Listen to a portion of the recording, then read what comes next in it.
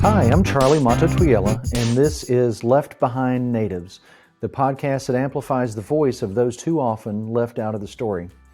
Here, we'll uncover the history, culture, and contemporary issues shaping Native lives today, one conversation at a time. Today's episode is an intro into who I am, what the purpose of the podcast is, and a brief bio about me and where I'm coming from. We'll have more time for an About Me episode down the road because this podcast is mainly not about me. I do hope that you'll enjoy some of my experience, however, and my knowledge. And I'd like to stop right there and tell you that the AI that helped suggest and write some of the script believes that I should start by saying OCO or some other native greeting, as it put in parentheses. And I wanted to let you know that that's not how these kind of things work. Most of my native friends speak English to one another. The ones of us that don't speak English to one another usually speak another native language, and some of us speak Spanish to one another. And for that reason, I like to say hello in whatever language it is that these people are accustomed to. And like I say, 9 times out of 10, it is English. Myself, I would love to tell you and start off by saying I grew up on a farm and did this, that, and the other, but I didn't. I actually grew up in the swamps of Northwest Florida. I had pets as a child growing up that were alligators. I had pets that were snakes of various species. I did have a pet copperhead moccasin that my dad caught me as a child. And I kept it for a while until I made the mistake of feeding it a field mouse, and the field mouse killed it dead. So I learned my lesson there. But I've had pet birds of just about every type, and nursed many endangered animals back to health and released them. Growing up in the swamps, this is the kind of thing you do, and I enjoyed it. That was my childhood up until I got into my late teens when I started making the flutes that I make today for a living, which once again we'll talk more about down the road, I'm sure. But I have always been active in numerous Native communities. I have been a member of only one tribe up until this point of my life, which today is February of 2025. It's almost March. So just to let you know how things in life change, there may be changes coming down the road, you never know. But I have been active in several tribes that I've worked with, from Muskogee tribes to other Cherokee tribes. And I've actually spoken and worked with other groups of Native people throughout my life. I hope that some of the people I'll get to interview for this podcast will kind of set the stage for some of the experience that I've been fortunate in my life to have. Growing up, knowing my Native ancestry, so much of it, and so much of it my father shared with me when I was a kid, and my mother, that there's nothing in the world that could ever take the place of that. My parents have been passed on now for some time, and I still have a few sisters left that remember some of the stories and some of those things. And of course, I do keep track of a lot of my other, I would say extended family, but these are actually people I'm related to. And then I do have an extensive extended family. Hopefully, once again, some of those will be willing to come on and let me interview them. Some of them are very interesting folks. But we will have some episodes here that I'll discuss some cultural ideas and Native ideas. Once again, referring back to what the AI suggested for me to say OCO or some other Native greeting, I have not been the kind of Native who dresses up in a costume and performs for the public. I have not been that person my whole life. There have been extensive lengths of time in my life that I've worn nothing but moccasins or gone barefooted, but I have never felt the need to dress and act a certain way, or to to really put on a show for anyone. I have performed music a lot of my life, and I've given, once again, a lot of public lectures about Native Americans' cultures and about my own family's culture, as well as about music. And I have spoken in front of government officials and organizations since I think around 1991, I believe, is when I tracked down my earliest speeches I've given in lectures. But once again, like I say, I just wanted you to know who it is that I am and where I'm coming from.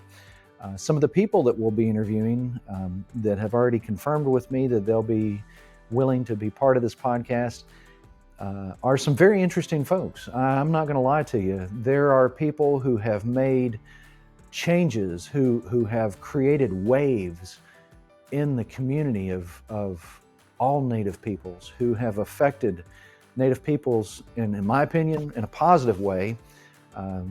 I may interview one or two that don't like me. I wish I could. I doubt that they'll agree with that, but the ones that have made such beautiful changes in Native American cultures around the United States and Canada and Mexico and South America, these people, many of them are very dear friends of mine, and I know that as soon as maybe some of them may be a little camera shy, some of them are definitely not camera shy, but some of them that may be a little bit afraid of speaking in public might be willing. They've promised me anyway, but we'll have some interesting stories, and the people that I've already got lined up for this, we'll discuss those in a new episode down the road. I will be discussing some Native American history that you may not have heard of or known about. There are Native cultures that have literally disappeared. There are no examples of them floating around today. And you'll forgive me, I'm very careful with my speech and how I address certain topics, not only because I don't want to offend certain people like many of you may think, but there are aspects of what I'm telling you that I know extensive information about. For example, you may never have heard of the Seaweed tribe. They lived about 2 hours from where I'm currently located, and the Seaweeds have quote unquote disappeared. I can't say that the people are extinct, but I can say that the tribe, as far as I know, are not around in their original capacity anymore. Of course, most natives aren't around in their original capacity. Most of us don't walk around with war paint on or wearing, some original garb that oftentimes you'll see at powwows and what have you. That's usually for show, and there again, not the direction I'm usually headed. But there are examples of some of the tribes that you may have never heard of, like the Chiraw, for example, that they actually exist by another name today. The Siwis may have absorbed into, say, the Catawba Nation. I would love to, invite some people that maybe know anything about the Siwi tribe, but it was just a fine example of groups of natives that you've probably never heard of. A lot of the tribes that you have heard of, the Cherokees, the Muskogees, the Sioux Indians, many of these people live amazing lives today, and I have had the opportunity to spend time with so many of my own people, and in doing so, meeting people, once again, that are creating these waves in the Native American communities and shaping what it is that makes us who we are today, as well as helping us protect who we are today.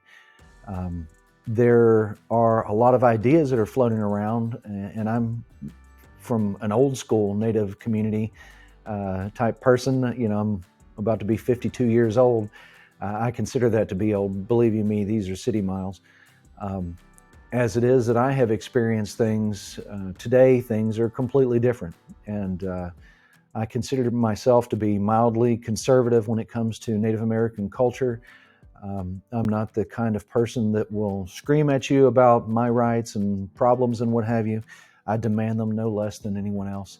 And I feel that a lot of the people today who are loud and outspoken, um, some of them may be misguided, which is unfortunate because loud and outspoken is something that we need. I, once again, have met, experienced, and have so much to share with you. A lot of stories that I have seen myself, ones that I have heard, and ones that I have felt myself are what the topic of this podcast will be. So anyway, I thank you so very much for joining me here. I hope that I'll be able to impress you in the very near future and that you'll see some of the things through not only my eyes, but other Native people's eyes that we have coming on the show here very soon. But I hope that you'll get to learn something and enjoy what it is that I am sharing, because to me it is incredibly important that we keep track of who we are, whether that's who we come from or who we have become today. So that's basically it.